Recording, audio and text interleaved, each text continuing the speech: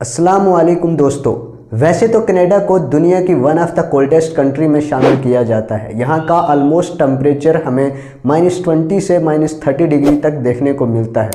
लेकिन पिछले कुछ दिनों में कनाडा के अंदर एक ऐसी भयानक हीट वेव आई जिसकी वजह से कनाडा के कुछ हिस्सों का एवरेज टेम्परेचर 49.6 डिग्री सेल्सियस तक देखने को मिला, यानी ऑलमोस्ट 50 डिग्री सेल्सियस। इतनी भयानक, इतनी ख़तरनाक गर्मी तो आज तक दिल्ली में भी नहीं देखने को मिली। 50 डिग्री का टेम्परेचर हमें मिडिल ईस्ट की कंट्री जैसे यूएई में देखने को मिलता है, लेकिन अब ये कनाडा जैसी कंट्रीज़ में देखने को मिल रहा है। कैसे हुआ ये सब, आज की इस वीडियो में जानने की कोशिश करेंगे। स्पेसिफिकली उस जगह की बात की जाए जहाँ पर सबसे ज़्यादा टेम्परेचर हमें कनाडा के अंदर देखने को मिला है। कनाडा के अंदर एक शहर है ब्रिटिश कोलंबिया, जो कि साउथ वेस्ट में पड़ता है। इसका एक छोटा सा गांव है लीटन नाम से। इस गांव में इतनी ज़्यादा सर्दी होती है, यानी माइल्ड क्लाइमेट है। यहाँ पर आपको कोई भी एयर कंडीशनर घरों में देखने को नहीं मिलेंगे। इस गांव में ऑलमोस्ट आप अगर on an average weather temperature किस महीने में कितना है इस चार्ट में देखेंगे तो आपको साफ दिखाई देगा। और ऑन एन एवरेज जुलाई और अगस्त में सबसे ज़्यादा टेम्परेचर यहाँ पर 28 डिग्री सेल्सियस तक देखने को मिलता है, और सर्दियों में ये टेम्परेचर -5 से -10 डिग्री तक जा सकता है। इनफैक्ट इस जगह का मिनिमम रिकॉर्ड -31 डिग्री सेल्सियस तक देखने को मिला है, और गर्मियों में ये टेम्परेचर 45 डिग्री तक देखने को भी मिला है। इस जगह पर आप अगर जाएंगे तो यहाँ पर आपको किसी भी घर में एसी वगैरह, एयर कंडीशनर देखने को नहीं मिलेंगे, क्योंकि दोस्तों यहाँ का जो क्लाइमेट है वो एक माइल्ड क्लाइमेट है। एसी वगैरह की ज़रूरत यहाँ पर नहीं पड़ती है।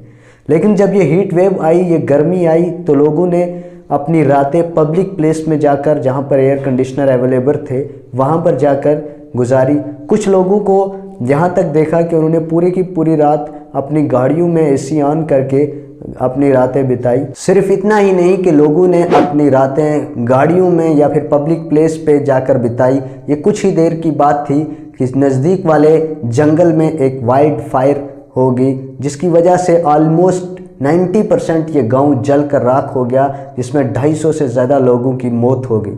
ये गर्मी इस तरह की भयानक थी कि जो रोडों पे केबल्स बिछे हुए थे वो मेल्ट हो गए, जो मेटल्ड रोड थे वो भी पिघल गए, क्रैक्स पड़ गए उनके अंदर। इतनी ख़तरनाक गर्मी देखने को मिली, जिसकी वजह से 90% से ज़्यादा ये गांव तबाह हो गया है।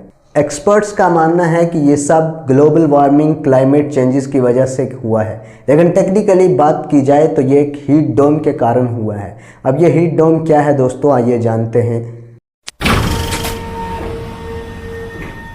आपने कई बार बुक्स में पढ़ा होगा, जब ऊपर से सन की रेज आती हैं ज़मीन पर तो वो रिफ्लेक्ट होकर बैक जाती हैं, जिसकी वजह से हमारा जो इन्वायरमेंट है, जो हमारा एटमॉस्फेयर है, वो नॉर्मल रहता है, ज़्यादा हॉट नहीं होता। लेकिन इस हीट डोम की वजह से जो रेज ज़मीन पर आई वो वापस रिफ्लेक्ट तो गई, लेकिन ऊपर जाकर वो रुक गई। लेकिन जो हवा में प्रेशर था एटमॉस्फेयर में, उसकी वजह से ये जो गर्म हवा थी वो वापस नीचे आई और कंडेंसर हुई, जिसकी वजह से और ज़्यादा गर्म हुई, और इसके कारण ये टेम्परेचर इतना ज़्यादा राइज कर गया कनाडा जैसी ठंडी जगह के अंदर। कुछ लोगों के माइंड में ये गलत फहमी है कि जब ग्लोबल वार्मिंग होती है तो इसके कारण सिर्फ गर्मी ही होती है, लेकिन ऐसा नहीं है दोस्तों। जब भी कोई भी क्लाइमेट चेंज होती है उसकी वजह से दोनों ही साइड्स पर एक जैसा इफेक्ट देखने को मिलता है। यानी जब ग्लोबल वार्मिंग होती है तो जो जगह गर्म है वो और ज़्यादा गर्म होती हैं, जो कोल्ड जगह हैं वो और ज़्यादा ठंडी हो जाती हैं। एक्सपर्ट्स के मुताबिक ये कहा जाता है कि जो जगह सी लेवल से 2000 फीट की ऊंचाई पर हैं वहाँ पर ज़्यादा हमें क्लाइमेट चेंज फास्टर देखने को मिलता है as compare to lower area के मुताबिक। 75% फास्ट ग्लोबल वार्मिंग के इफेक्ट देखने को मिलते हैं जो हिली एरियाज होते हैं वहाँ पर। माइकल मान एक एटमॉस्फेरिक साइंस के प्रोफेसर हैं। उनका कहना है कि हीट की जो फ्रिक्वेंसी है वो 3 गुना बढ़ चुकी है एज़ कम्पेयर टू 1960, और जो हॉट मंथ हमें देखने को मिलते हैं वो 5 गुना ज़्यादा उनकी फ्रिक्वेंसी बढ़ गई है एज़ कम्पेयर टू जो आज की क्लाइमेट चेंजेस हो रही है। जब मैं छोटा था तो पढ़ता था कि ग्लोबल वार्मिंग की वजह से 1-2 डिग्री टेम्परेचर बढ़ेगा पूरी दुनिया का तो क्या फ़र्क पड़ता है, सह लेंगे। लेकिन रियलिटी इससे कहीं ज़्यादा है दोस्तों।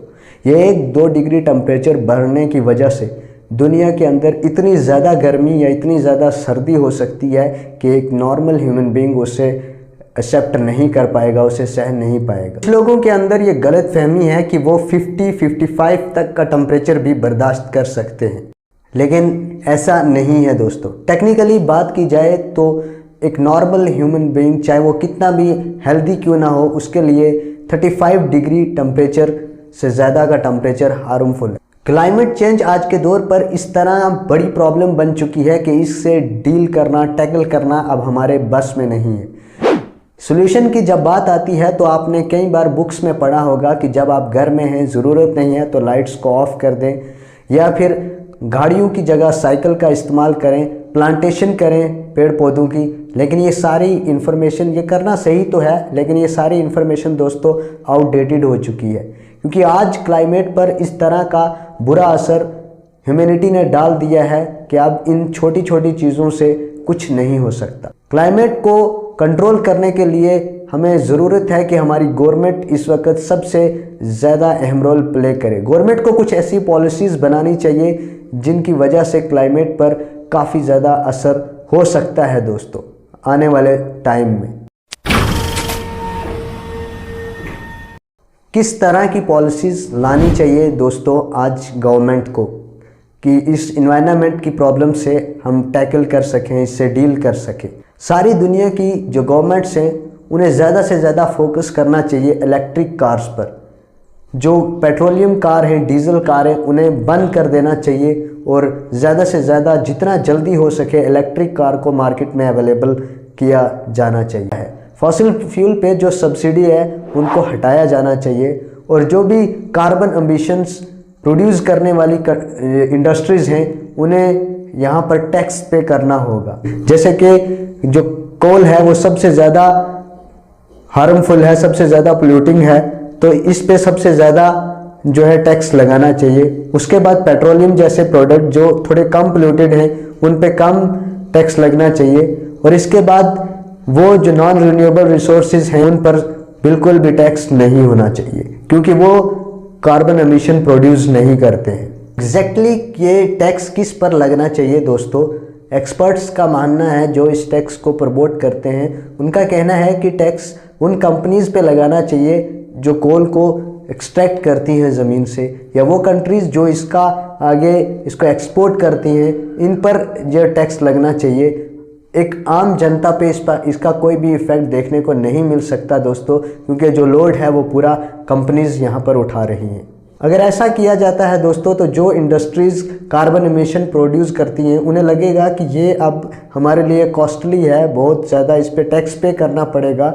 वो ऑटोमेटिकली वहाँ से शिफ्ट होंगी रिन्यूएबल रिसोर्स की एनर्जी प्रोड्यूस करने के लिए, और उन कंपनीज़ की तरफ जाना चाहेंगी, और इन कंपनीज़ जो कार्बन एमिशन प्रोड्यूस करती हैं इन्हें परमानेंटली बैन ऑटोमेटिकली किया जा सकता है। दुनिया में ऐसी बहुत सी कंट्री हैं जिन्होंने ऑलरेडी कार्बन एमिशन टैक्स को इम्प्लीमेंट कर दिया है, जैसे कि कनाडा।